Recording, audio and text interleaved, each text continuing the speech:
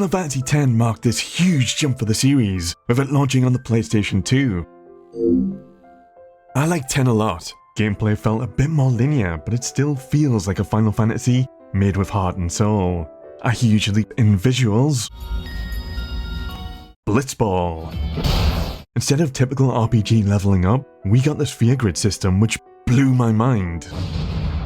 Final Fantasy summons once again return, this time as Aeons, and they're a big part of 10. Can't forget the metal as hell intro. And the most notable upgrade to me was the addition of voice acting. Speaking of, loads of people point to this infamous scene where our characters are doing this really goofy laugh. Now what really annoys me? Everyone uses the scene as an example of bad video game voice acting, which is kind of dishonest. Lies. Forget them. I think Final Fantasy X has great voice acting. The whole point of the scene is the characters are miserable and doing this really goofy fake laugh to make each other feel better. And then these characters genuinely laugh at how stupid they sounded. I gotta say, I consider this actually good voice acting, especially for the PlayStation 2, and pretty great writing as well. At this point, storytelling and characters were one of the strongest pillars of the Final Fantasy series, and characters expressing themselves and their emotions more with voice acting is a way of immersing you deeper into the worlds and stories. Listen to my story. This may be our last chance. Basically, we play Tidus, Tide Pod. Again, Tidus. Okay? Tidus. Basically, we play Tidus, a Blitzball star who gets yoinked from his futuristic home city of Zanarkand by a gigantic Godzilla-like monster. We called it sin. Tidus is thrown into the world of Spira, where technology is a religious heresy. Praise be to Yevon. You end up joining Yuna, a summoner who's on a pilgrimage to travel the world and defeat that big bad monster, Sin. I had to save up hard for a PlayStation 2, but then I only had enough money for a copy of Final Fantasy X or a memory card, and you kinda need them both. Now's the time to choose. I went with Final Fantasy X, and I ended up playing the first few hours of the game over and over till I could afford the memory card. For those that don't know, because we don't have memory cards these days, you need a memory card to save your progress. Your consoles didn't come with hard drives. What a pity. God, every time I come through this forest, I always remember my struggles without a memory card. And before it slips my memory, I've got a segue. If you're enjoying this, consider subbing to Peter Bytes or liking the video for more content like this. Cover lots of RPGs. You might like my Final Fantasy series where I'm replaying them all and ranking them against each other as I go. Thank you. There he goes again! So, we the player and our main character Tidus are both completely new to the world of Spira. So, I don't know where this place is. Tidus acts as a narrative tool and has to have everything explained to him. This serves as a natural way of introducing the world, story and characters to us, the player. That's when Kinok, one of the four maesters of Yevon. Like I said earlier, this Final Fantasy's gameplay is a little bit more linear than the previous games. But you can still backtrack, and the game does open up a lot more towards the end. I'll talk more about that later. Basically, we're on a journey to travel the world of Spira with our summoner Yuna, and we've got to pray at all its temples and acquire each Aeon, eventually getting the ultimate final Aeon to fight off Sin. I suppose it's a little bit like Pokemon, temples instead of gyms, and you even get to battle other summoners in almost Pokemon-like duels. Let us see which are stronger, my Aeons or yours. Summons or Aeons are a pretty huge part of Final Fantasy X. Maybe my favourite part of 10. I loved how in-depth summons could be in Final Fantasy VIII, but this is the first Final Fantasy where you can directly control the summons in combat. I love heavy systems in RPGs, so there's something else I really like about 10, and that's the sphere grid. When you first see this monstrosity of a progression system, you're either going to be completely overwhelmed and confused, or like me, blown away in awe. Awesome! No more traditional RPG leveling up. Instead, you'll earn points that you can spend to navigate each character's sphere grids. Now, character customization gets really interesting here, because by taking a character a certain direction in the sphere grid, it will completely change the kind of stats or abilities they'll earn. If I really wanted to, I could redirect Tidus from being a light melee fighter into improving his magic and becoming a black mage. It's been a while since I replayed Final Fantasy X, so when I returned to a fresh PC copy on Steam, I made it my mission to get all the achievements, which includes filling out the sphere grid with every character. And what a monotonous grind it was. I'll get a bit more into Endgame later on though. So through Tidus we learn there's a lot of tension in the world of Spira. Yevon is a religion and dominant force that oppresses the world and bans technology. Yevon teaches that the gigantic monster Sin was created as a punishment for humanity's reliance and overuse of technology. He is humanity's sin. Oh, that's why they call it that.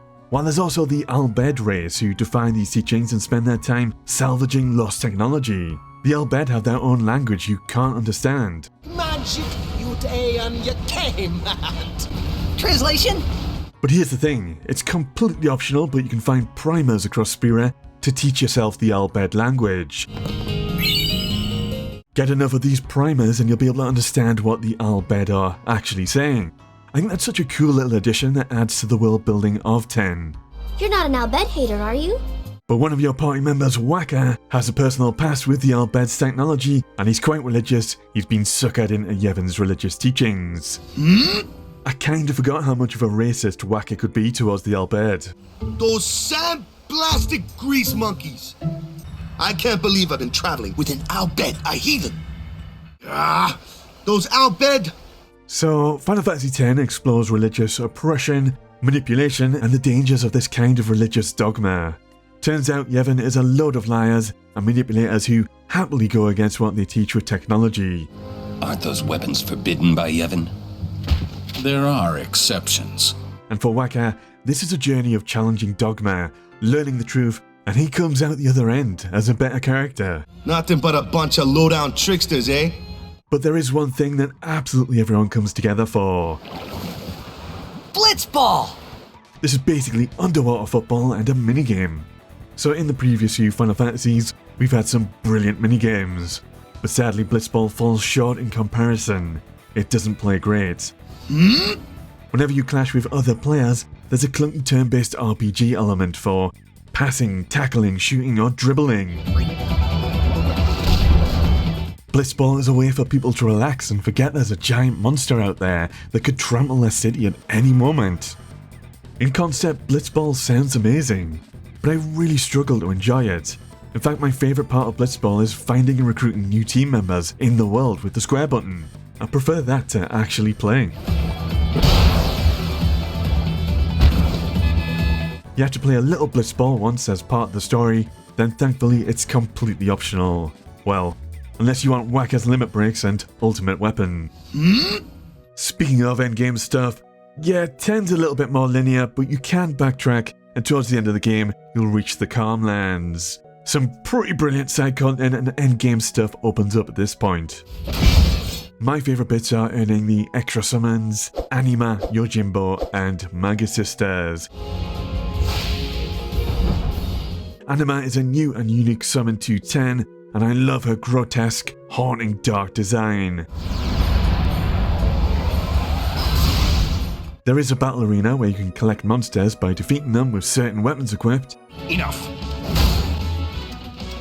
There is a super boss here, and to unlock Nemesis, you'll need to capture every monster 10 times and defeat all the arena's challenges.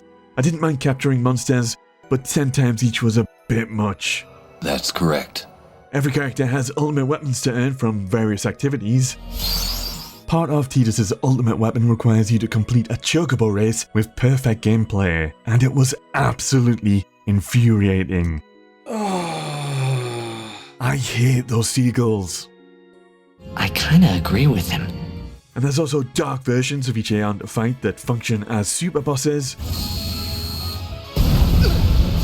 pretty cool, they could be challenging even after grinding loads and completing each character's sphere grades. Beating all the Dark Aeons unlocks the ultimate challenge, Penance.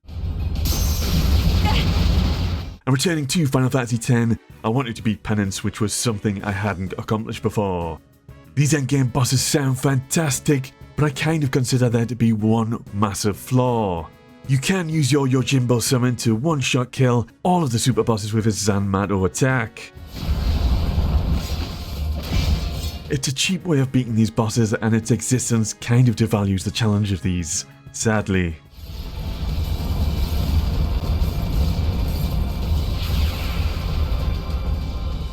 So real talk, Final Fantasy X ends up being quite the emotional journey. You remember how I said Tidus is a narrative tool? He doesn't know anything about the world of Spira or how things work.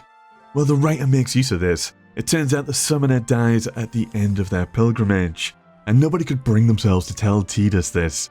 And all along, the whole time, I didn't know anything! Tidus' revelation that Yuna is gonna die, this is one of my favourite story moments in 10. And it's all the seeds planted throughout the storytelling and journey that make this twist hit hard. After we beat Sin, that's when you can worry about the future. Hey, it's quite the journey, lots of heavy religious themes, plenty of other twists I'll not spoil. I loved it despite it being a little bit more linear than what we're used to.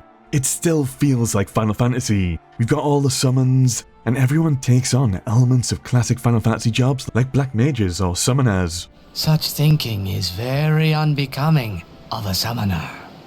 Okay, time to rank Final Fantasy X with the rest. Here's the rankings so far. I think pretty great storytelling, big leap for the series with voice acting. I enjoyed playing the Aeons and getting all the secret ones. Anima rocks. I'm actually a big fan of that sphere grid progression system. I'm thinking around here, I think 8 and 10 have really fun Guardian Forces / Aeons, and fun progression systems as well. I always enjoy replaying 8. I think 8 systems are a bit better, but I think 10 has stronger storytelling and characters. I'm going to put 10 just above 8. Doesn't beat Final Fantasy 9 though. I do think 9 is a better RPG than 10. Alright, peace for now.